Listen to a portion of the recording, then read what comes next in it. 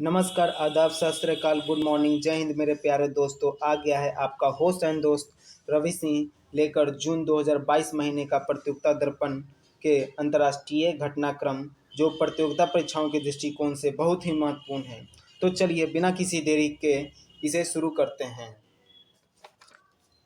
प्रतियोगिता दर्पण के अंतर्गत अंतर्राष्ट्रीय घटनाक्रम के चैप्टर से जो भी महत्वपूर्ण प्रश्न होंगे उसे विस्तृत रूप में देखेंगे। पहला प्रश्न है, पाकिस्तान में इमरान सरकार के विरुद्ध अविश्वास प्रस्ताव पारित होने के पश्चात शहबाज शरीफ नए प्रधानमंत्री चुने गए हैं। इससे पहले जो पाकिस्तान के पूर्व प्रधानमंत्री थे इमरान खान, वो पाकिस्तान तहरीक-ए-इंसाफ पार्टी से संबंधित हैं। इनके पार्टी का शॉर्ट नेम था PTI, P for Pakistan, T for Tehreek e, I for Insaf. Pakistan के नए प्रधानमंत्री शहबाज शरीफ 23वें प्रधानमंत्री होंगे, जो 11 अप्रैल 2022 से होंगे। शहबाज शरीफ के पार्टी का नाम पाकिस्तान मुस्लिम लीग नवाज अर्थात शॉर्ट में PMLN होगा। और पाकिस्तान के शहबाज शरीफ जो हैं पाकिस्तान के 23वें प्रधानमंत्री के रूप में उन्होंने शपथ ग्रहण लिया है। इनका जो संबंध है वो पूर्व प्रधानमंत्री नवाज शरीफ के छोटे भाई के रूप में है। शहबाज शरीफ, इनका कार्य जो है वो 2018 से पूर्व नेशनल असेंबली में विपक्ष के नेता थे, और उससे भी पूर्व यानी कि 2018 से 18 से भी पहले ये 3 बार पंजाब प्रांत के मुख्यमंत्री रह चुके हैं। इनको जो समर्थन मिला है, शहबाज शरीफ को जो समर्थन मिला है वो पाकिस्तान पीपुल्स पार्टी, बलूचिस्तान अवाम पार्टी व अन्य पार्टियों ने इनका समर्थन किया है। पाकिस्तान के राष्ट्रपति हैं आरिफ अलवी। पाकिस्तान असेंबली में सदस्यों की संख्या होती है 372। ये ध्यान रखेंगे, ये आ सकता है। और ये भी कि पाकिस्तान के राष्ट्रपति आरिफ अलवी।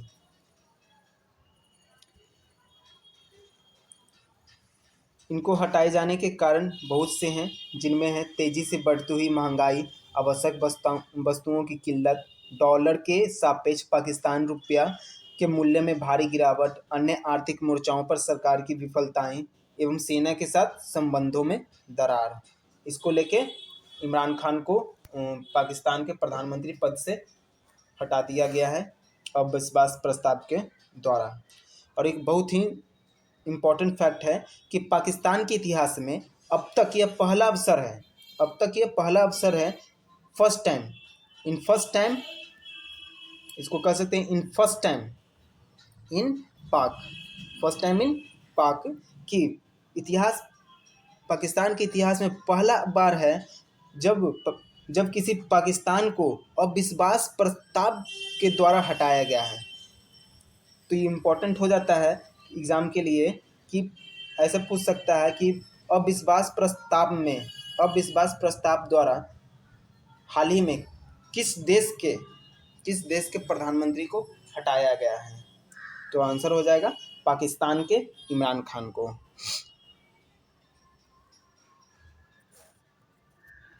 अगला है, आर्थिक व राजनीतिक संकटों से जूझ रहे श्रीलंका में संपूर्ण मंत्रिमंडल का त्यागपत्र दे दिया गया है और 17 नए मंत्रियों के साथ राष्ट्रपति गोटाबया राजपक्षे द्वारा व्यवस्था परिवर्तन किया गया है। और इसमें जान लेंगे कि श्रीलंका के राष्ट्रपति गोटाबया राजपक्षे ने व्यवस्था परिवर्तन के तहत 17 नए मंत्रियों के नए सरकार में 18 अप्रैल 2022 को शामिल किया है। और ऐसा करने का कारण है विदेशी मुद्रा कोष का खाली होना, भारी ऋणग्रस्तता, उच्च मुद्रास्फीति, बिजली व अन्य आवश्यक वस्तुओं की भारी कमी आदि अनेक संकट। अगला टॉपिक है, भारत व अमेरिका 2+2 वार्ता वाशिंगटन में संपन्न हुआ।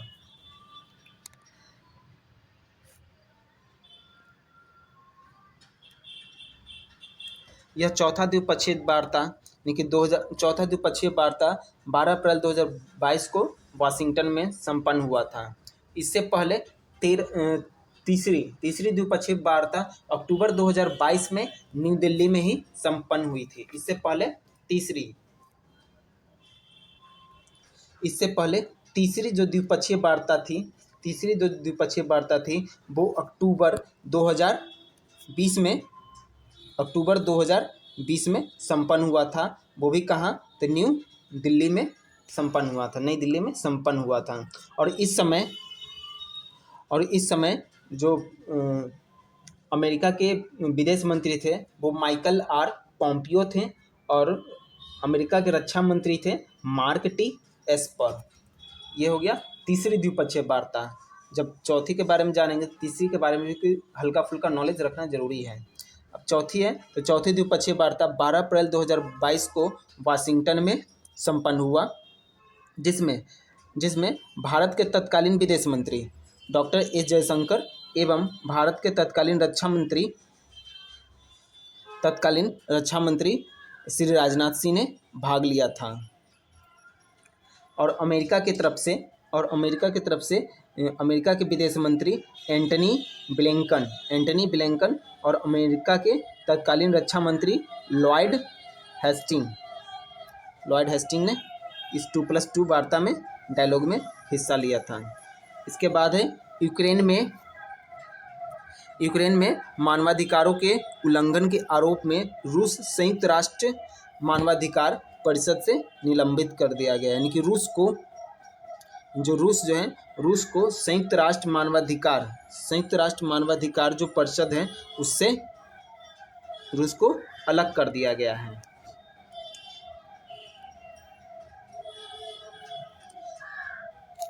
निलंबित हुआ मतलब कि ये रूस जो है उसको कहाँ से निलंबित हुआ?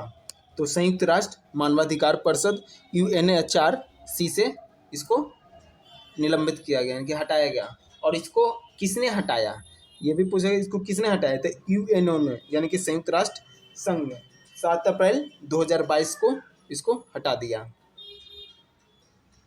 और अमेरिका के द्वारा जब प्रस्ताव लाया गया था तो इसमें 93 मत के हटाने के लिए पड़े थे, 24 मत उसके विरोध में पड़े थे कि नहीं हटाया जाए। और अनुपस्थिति में भारत था, भारत के साथ 58 देश और थे जो कि अनुपस्थित था। तो ये प्रश्न बन सकता है कि अमेरिका द्वारा रूस को हटाने का जो प्रस्ताव लाया गया उसमें कौन शामिल नहीं था? तो भारत शामिल नहीं था। और कितने देश शामिल नहीं थे ये भी पूछ सकता है, तो 58 कंट्री याद रखेंगे। और इसका कारण था, आखिर ये हुआ क्यों?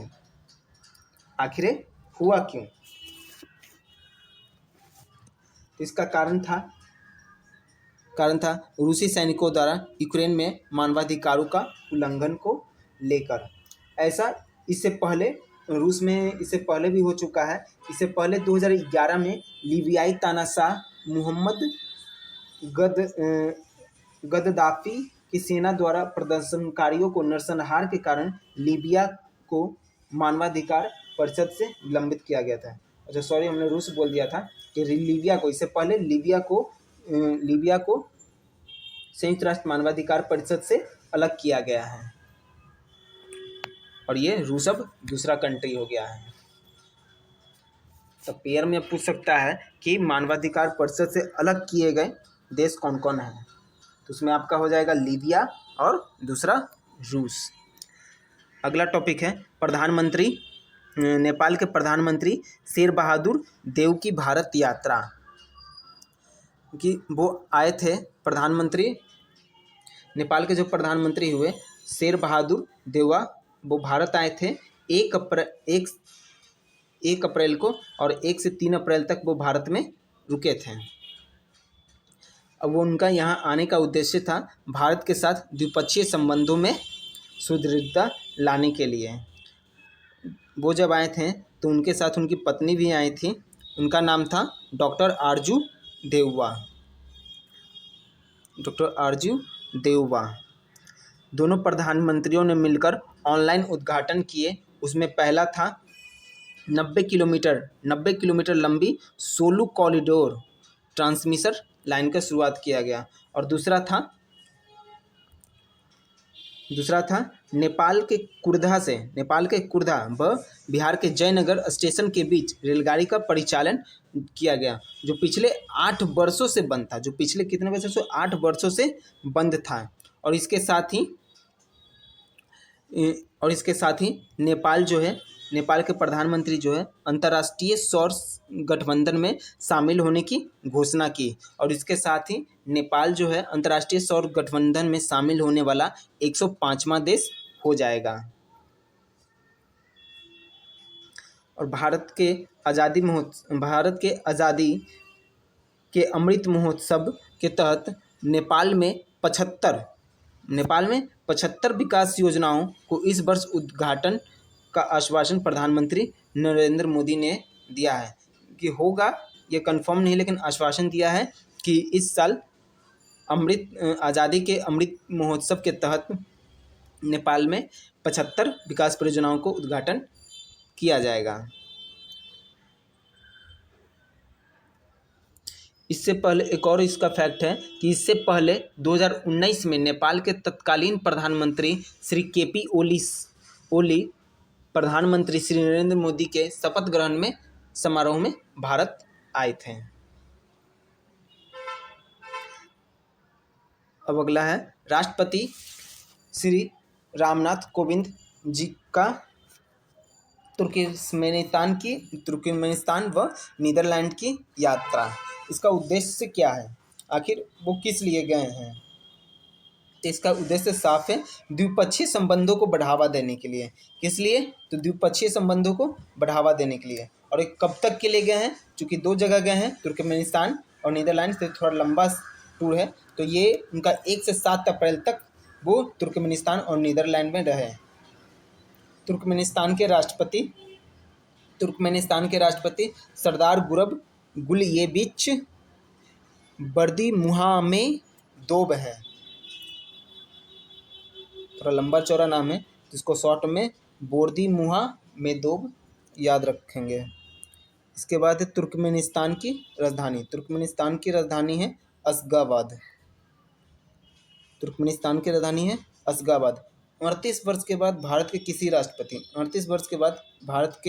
किसी राष्ट्रपति नीदरलैंड की यात्रा पर गए थे।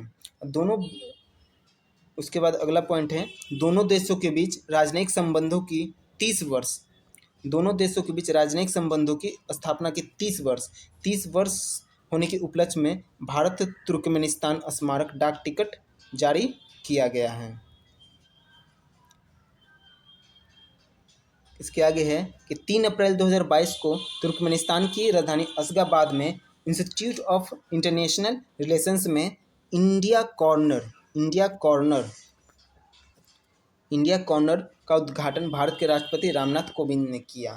तो इंडिया कॉर्नर का उद्घाटन याद रखेंगे, तुर्कमेनिस्तान की राजधानी अशगाबाद में, और अशगाबाद में भी कहाँ? इंस्टीट्यूट ऑफ इंटरनेशनल रिलेशंस में। उद्घाटनकर्ता रामनाथ कोविंद जी थे। इसके बाद आता है नीदरलैंड की राजधानी एम्स्टर्डम है। और जब ये कहा जाएगा कि पहले नीदरलैंड में वो पहले कहाँ गए, तो रॉयल पैलेस में गए थे। और नीदरलैंड के राजा यानी कि महामहिम थे सम्राट विलियम अलेक्जेंडर। और नीदरलैंड की रानी यानी कि सम्राट विलियम अलेक्जेंडर की पत्नी रानी मैक्सिमा। और नीदरलैंड के प्रधानमंत्री हो गए मार्क रूट।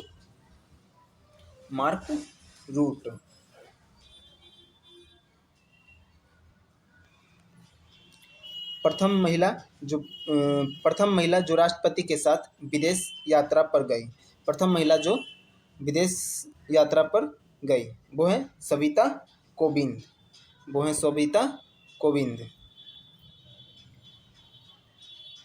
भारत नीदरलैंड के 75 वर्षों के राजनयिक संबंधों को चिन्हित करने के लिए ट्यूलिप का एक फूल का नामकरण मैत्री किया गया। उनको लगता है कुछ एक टॉपिक छूट गया, ये छूट गया था, इसको कर लेते हैं। ब्रिटिश प्रधानमंत्री बोरिस जॉनसन की भारत यात्रा। तो बोरिस जॉनसन जो है भारत में 21 और 22 अप्रैल 2 दिन के लिए आए थे और इनकी यात्रा की शुरुआत गुजरात से हुआ। बोरिस जॉनसन जो है गुजरात आने वाले पहले ब्रिटिश प्रधानमंत्री हो गए हैं। और ये जो हैं अहमदाबाद में अडानी समूह के अध्यक्ष गौतम अडानी से मिलने उनके ऑफिस भी गए थे। ये एक टॉपिक छूट गया था, उसको मैंने थोड़ा बैक करके कवर करवा दिया। इसके बाद है अंतर्राष्ट्रीय अंतरिक्ष स्टेशन के लिए पूर्णतः निजी यात्रा शुरू किया गया है। इसकी शुरुआत अप्रैल 2022 में हुआ।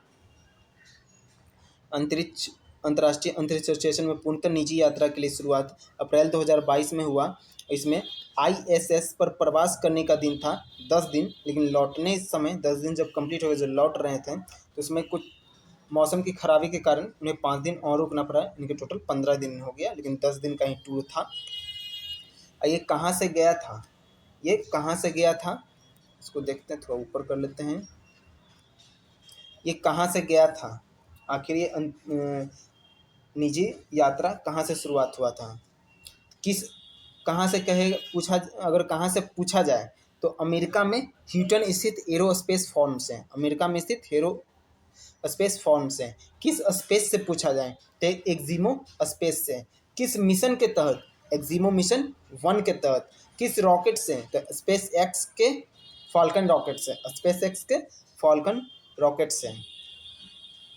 किस स्पेस सेंटर से, फ्लोरिडा स्थित कैनेडी स्पेस सेंटर से गए। और ये कब उड़ान भरे, 8 अप्रैल 2022 को। 8 अप्रैल 2022 को इन्होंने उड़ान भरा था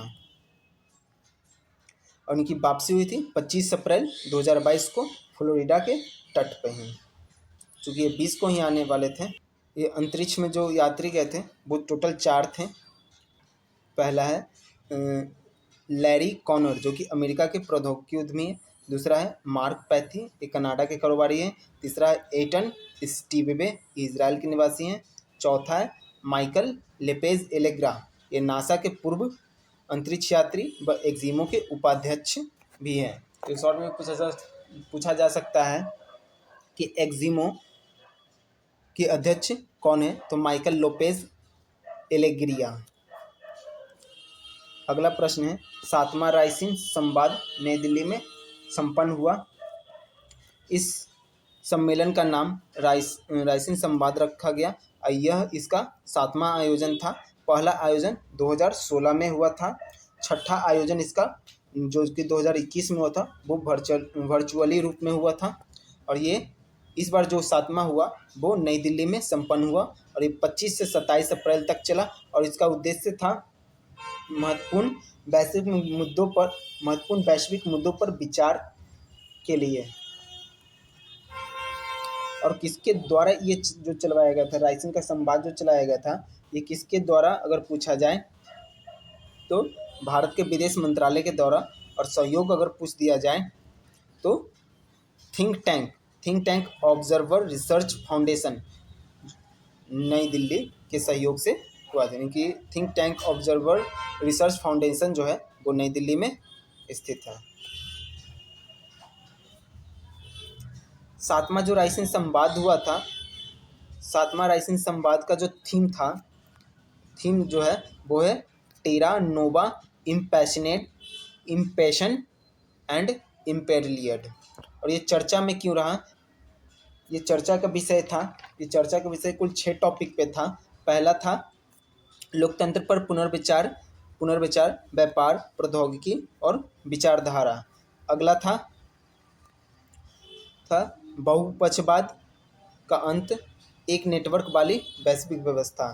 तीसरा था जल कॉकस, यानी कि हिंद प्रशांत महाक्षेत्र में अशांत ज्वार।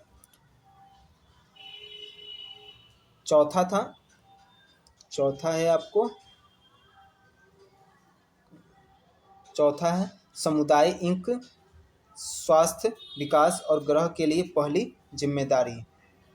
और 5वां है हरित संक्रमण, सामान्य अनिवार्यता, अलग अलग वास्तविकताएं। और 6ठा था सैमसन बनाम गोलियत, लगातार अनवरत प्रौद्योगिकी युद्ध के लिए ये चर्चा में है। और इसके मुख्य अतिथि जो हैं रायसेन संवाद में जो मुख्य अतिथि के रूप में थे वो थे उर्सुला वॉन्डेर लियन, ये हैं यूरोपीय आयोग के अध्यक्ष।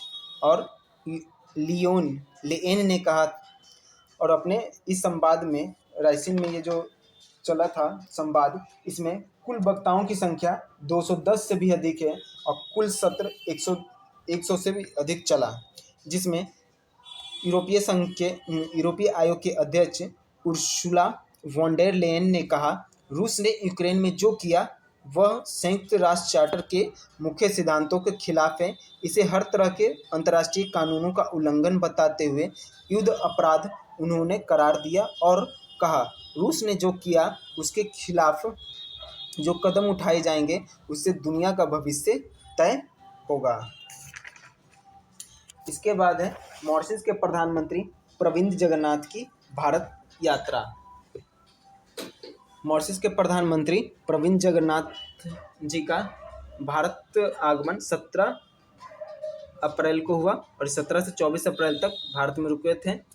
इनके आने का मुख्य उद्देश्य था भारत व मॉरिशस के विकास संबंधों को और गहरा बनाने के लिए। और मॉरिशस के वर्तमान प्रधानमंत्री हैं प्रविंद जगन्नाथ।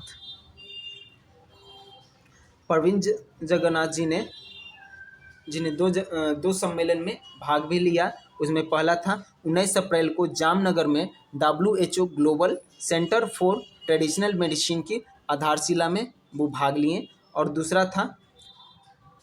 दूसरा सम्मेलन था 20 अप्रैल को गुजरात के गांधीनगर में ही global AYUSH investment and innovation summit में उन्होंने भाग लिया था।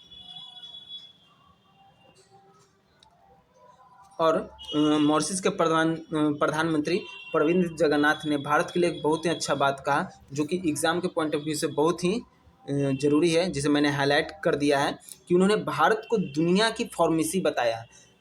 तो ये क्वेश्चन आ सकता है एग्ज़ाम में कि किसने भारत को दुनिया की फार्मेसी बताया। तो ये ऑप्शन में आपको बाई कंट्री भी पूछा जा सकता है या बाई नेम भी पूछा जा सकता है। अगर कंट्री में पूछेगा तो मॉरिशस इसका उत्तर होगा, और यदि नाम से पूछा जाएगा तो प्रविंद जगन्नाथ।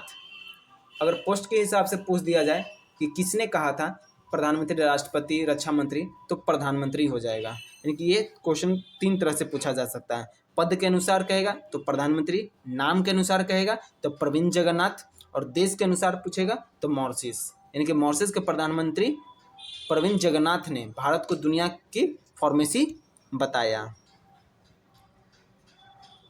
अगला प्रश्न देखते हैं।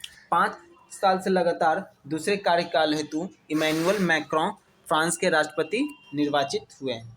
फ्रांस के नए राष्ट्रपति इमैनुअल मैक्रों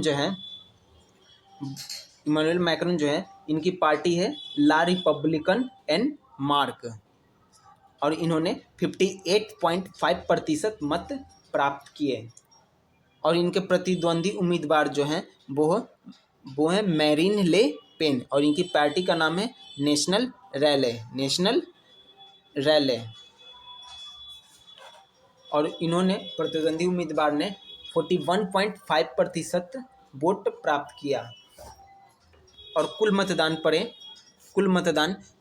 71.9% ही पड़े। और यहाँ जो चुनाव हुए वो 2 चरणों में पूरे हुए हैं। इसके बाद आता है भ्रष्टाचार के मामले में म्यांमार की अपदस्थ नेता आंग सान सू की को 5 साल के कारावास की सजा दिया गया है। तो नेता कौन हुए? वो है आंग सान सू की। इनको 5 साल की सजा क्यों दी गई? तो भ्रष्टाचार के मामले के लिए। और सजा कब मिला? तो 27 अप्रैल 2022 को इनको सजा सुनाया गया। सजा जब दिया गया तो सजा की प्रकृति क्या है? तो सजा की प्रकृति है 5 साल के लिए कारावास। लेकिन ये अभी कंफर्म नहीं हुआ है कि उन्हें जेल में कारावास मिलेगी या उनके निवास पे ही उन्हें नज़रबंद रखा जाएगा। इनको 1991 में यानी कि 1991 में नोबेल शांति का पुरस्कार भी मिल चुका है। 1 फरवरी 2021 को सेना द्वारा तख्ता पलट म्यांमार में किया गया था। इसके बाद है लिथुआनिया में भारतीय मिशन की स्थापना का निर्णय लिया गया है। बाल्टिक राष्ट्र लिथुआनिया में 2022 में भारतीय मिशन की स्थापना का निर्णय केंद्रीय मंत्रिमंडल ने 27 अप्रैल 2022 की बैठक में लिया। तो भारतीय मिशन की स्थापना, भारतीय मिशन होता क्या है? तो जैसे कि हम लोग एक कंट्री से दूसरे कंट्री में जाते हैं, जो एम्बेसी होती है उसे ही भारतीय मिशन के रूप में उसे जाना जाता है। उसे ही लिथुआनिया में आज तक नहीं थी भारत का, आगे हम इसको देखेंगे क्यों नहीं थी। जो लिथुआनिया के साथ भारत के राजनयिक संबंध फरवरी 1992 से लिथुआनिया के साथ संबंध है, लेकिन अभी तक वहाँ इंडियन एम्बेसी का प्रबंध नहीं था। वहाँ था इंडियन एम्बेसी। यहाँ पे है, अगले लाइन में है कि लिथुआनिया में भारत का कोई दूतावास नहीं था। दूतावास अर्थात इंडियन एम्बेसी कोई नहीं था, बल्कि पोलैंड, उसी के बगल का कंट्री है पोलैंड स्थित भारतीय दूतावास ही लिथुआनिया के लिए भी सेवाएं प्रदान करता था।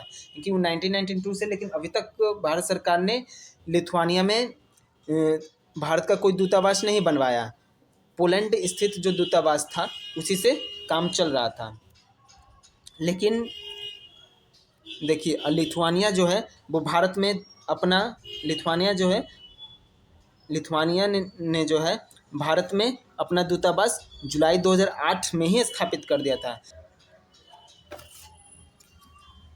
इस तरह से प्रतियोगिता दर्पण के जून महीने का अंतर्राष्ट्रीय घटनाक्रम टॉपिक समाप्त हो गया है। आने वाले समय में प्रतियोगिता दर्पण के बाकी सारे महत्वपूर्ण टॉपिक करवा दिए जाएंगे। डिस्क्रिप्शन में टेलीग्राम का लिंक दिया हुआ है, उसे आप सभी ज्वाइन कर लें, क्योंकि मेरे यूट्यूब चैनल जिज्ञासा क्लासेस पर जो भी वीडियो आएंगे उसके पीडीएफ टेलीग्राम चैनल पर अपलोड कर दिए जाएंगे। अगर किसी टेक्निकल इशू के कारण लिंक ओपन नहीं होता है तो आप अपने टेलीग्राम चैनल ओपन करके सर्च बॉक्स में JIGYASA फिर स्पेस देंगे, फिर CLASSES टाइप करेंगे तो पर्पल कलर का आइकन आ जाएगा, वही हमारा टेलीग्राम चैनल है। आप सभी लोग उसे ज्वाइन कर लें।